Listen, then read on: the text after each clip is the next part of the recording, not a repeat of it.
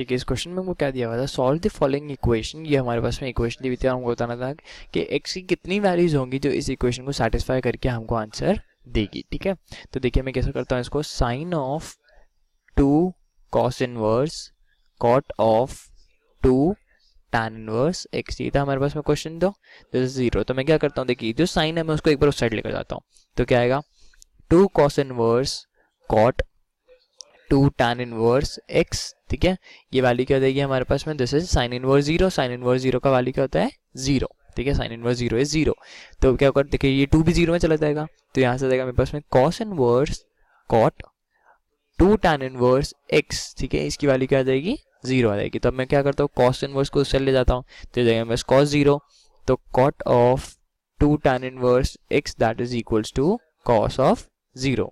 ये चलेगा यहाँ तक। अब cos 0 की वैल्यू क्या होती है 1, देखिए cos 0 है ना, cos 0 की वैल्यू तो क्या होती है। पूरा वीडियो सोल्यूशन देखें डाउटनट ऐप पर।